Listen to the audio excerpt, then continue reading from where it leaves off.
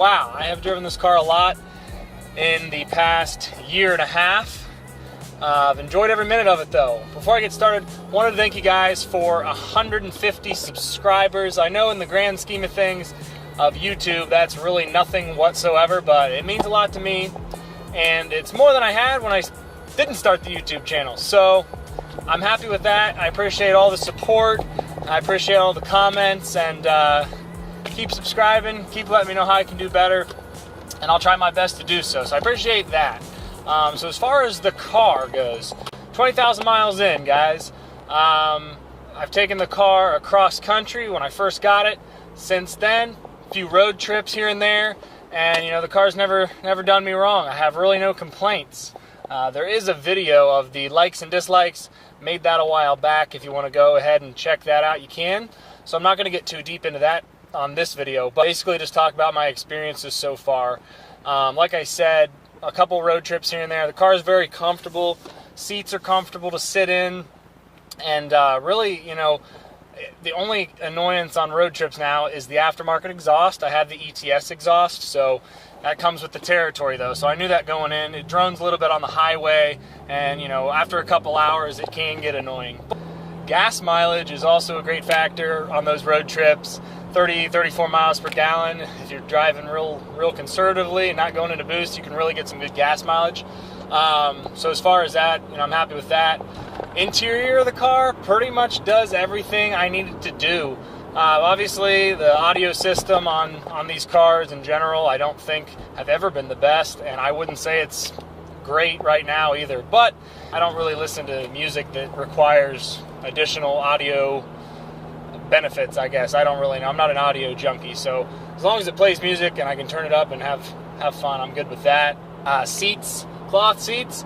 I didn't go with the leather for various reasons, but the cloth seats have held up great. You know, rear seats basically are in mint condition because I don't have anybody in the rear seats ever, and you know, there's no stains on any of these. My seat is not wrinkled in any way whatsoever. They're not, you know, fading out or anything, so happy with that. Other interior trim pieces, you know, this is not a luxury car by any means, but it gets the job done. So you know, everything's within reach. You can see the heads up, not the heads up display, but the, you know, the gauge display there, tach and speedometer right where you need it to be.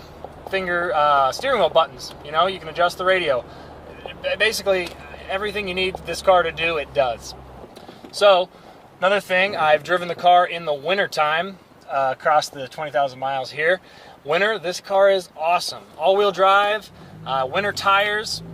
I got a set of winter tires and then a set of summers for the summer, obviously.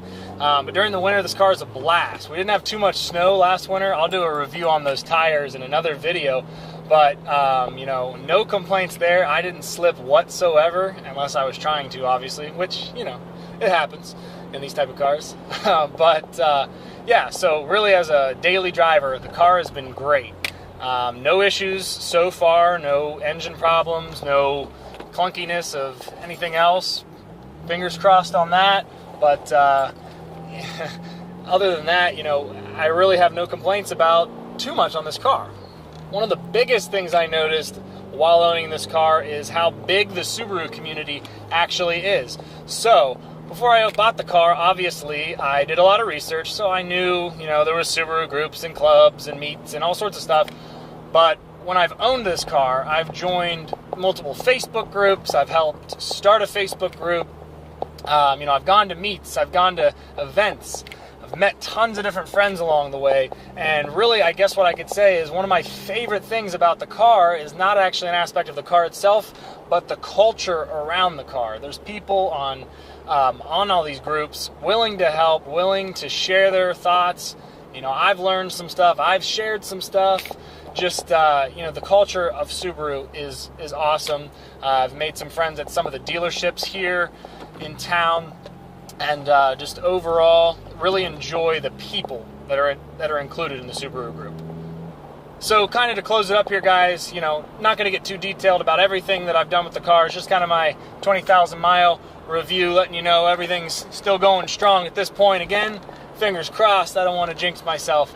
But leave you with this also. So if anybody's sitting out there considering buying, you know, a Subaru, whether or not it's a WRX, an STI, or whatever other car, even if it's not a Subaru that you're looking at buying. Go ahead, if you have the means and the capability to obtain the car at this point, go ahead and buy it. Quit looking at the next generation and what it has to offer, because anytime you buy anything, whether it's a car, a computer, a new phone, it's always going to be obsolete as soon as you buy it, and the next generation's always going to be better. So if you keep looking to the future, you're never going to have what you want. You're never going to have the car, and that's kind of what I thought.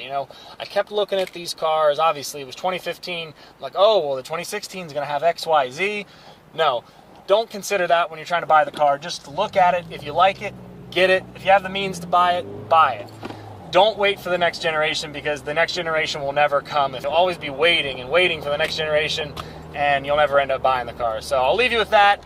Again, thanks for watching. Have a good day.